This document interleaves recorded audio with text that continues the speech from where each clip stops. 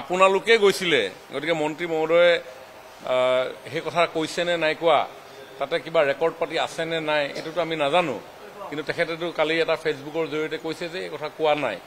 গতিকে আপোনালোকৰ সতীৰ্থ আৰু আমাৰ সতীৰ্থ তেওঁলোকৰ মাজত কি আলাপ আলোচনা হৈছিলে সেই কথা তেওঁলোকৰ মুখেদিয়ে আমি জানিব পাৰিম আমাক কোৱা মতে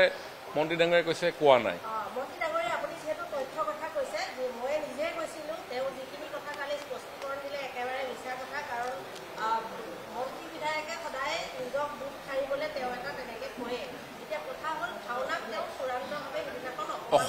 অসমৰ সমাজ জীৱনখনত শংকৰ গুৰুজনাই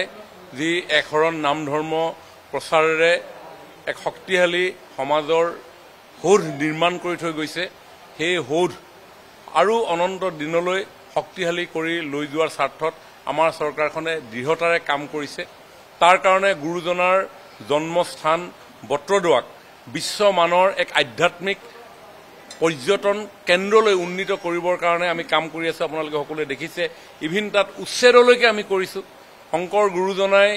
তেওঁৰ জীৱনকালত যিসমূহ স্থানত পৰিভ্ৰমণ কৰিছে সেই পৰিভ্ৰমণ কৰা স্থানসমূহ বিচাৰ খোচাৰ কৰি আমি শংকৰদেৱ চাৰ্কিট নামেৰে এটা চাৰ্কিট গঠন কৰিবৰ কাৰণে আমি প্ৰয়াস কৰি আহিছো মাধৱ গুৰুজনাৰ নামত আমি নাৰায়ণপুৰত মাধৱদেৱ কলাক্ষেত্ৰ আমি প্ৰতিষ্ঠা কৰিছো ঠিক তেনেধৰণে মধুপুৰ সত্ৰক উন্নীত কৰিবৰ কাৰণে য'ত দুইজনা গুৰুৱে শেষ নিশ্বাস লৈছিল সেই স্থানকো আধ্যাত্মিকভাৱে শক্তিশালী কেন্দ্ৰৰূপে গঢ় দিবৰ কাৰণে আমি প্ৰয়াস কৰিছো অসম দৰ্শনৰ জৰিয়তে অসমত আমাৰ সকলো নামঘৰ যাতে গুৰুজনাৰ এই পবিত্ৰ সৃষ্টিসমূহ চৰ্চা কৰা প্ৰচাৰ কৰা প্ৰসাৰ কৰাৰ ক্ষেত্ৰত সকলোখিনি সা সুবিধা দিব পৰা যায় তাৰ কাৰণে শক্তিশালীভাৱে আমি নিৰ্মাণ কৰাৰ প্ৰয়াস কৰিছো গতিকে এই চৰকাৰখন সম্পূৰ্ণ ৰূপত অসমৰ কৃষ্টি সংস্কৃতি ৰীতি নীতি লগতে গুৰুজনাই সৃষ্টি কৰি থৈ যোৱা অংকীয়া ভাওনাৰ পৰা নাট গীত খোল বাদ্য সকলোখিনিক প্ৰচাৰ প্ৰসাৰৰ কাৰণে আমি দায়বদ্ধতাৰে আমি কাম কৰিম তেখেতে ইতিমধ্যে কৈছে যে তেনেকুৱা ধৰণৰ কোনো কথা হোৱা নাই গতিকে হয়তো মিছ আণ্ডাৰষ্টেণ্ডিঙত তেনেকুৱা ধৰণৰ কি কণ্টেষ্টত কৈছে মইতো সেইটো সময়ত নাই যিহেতু মই দুইটা পক্ষৰ সংবাদ মাধ্যমৰ কথা শুনিয়ে ক'ব লগা হৈছে ইভিন মই অলপ দেৰি আগত মন্ত্ৰী ডাঙৰীয়াৰ লগত মই যেতিয়া কথা পাতিছো তেওঁ কৈছে এনেকুৱা ধৰণৰ কোনো কথা হোৱা নাই ক'ৰবাত মিছ আণ্ডাৰষ্টেণ্ডিং হৈছে তাৰ কাৰণে তেখেতে কৈছে এইটো দুৰ্ভাগ্যজনক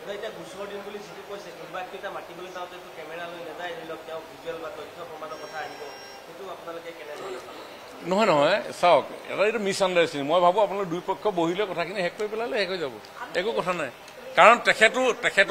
তেখেতে যদি নোকোৱা কথা এটা যদি তেনেধৰণে কৈছে বুলি ভাবে অন্তৰত তেখেতেও দুখ পাব আৰু যদি তেখেতে কৈছেই আপোনালোকৰ ওচৰত ডেফিনেটলি মই ভাবোঁ ক'ৰবাত কথাৰ পাকত তেনেকুৱা ধৰণৰ কথা এটা হয়তো ওলাব পাৰে গতিকে মই ভাবোঁ সংবাদ মাধ্যম জনপ্ৰতিনিধি একেই মানুহ আমি সকলোৱে লগভাগ লাগি লৈ কাম কৰিলে হ'ব আমি সংস্কৃতি সমাজখন আগুৱাই লৈ যাব লাগে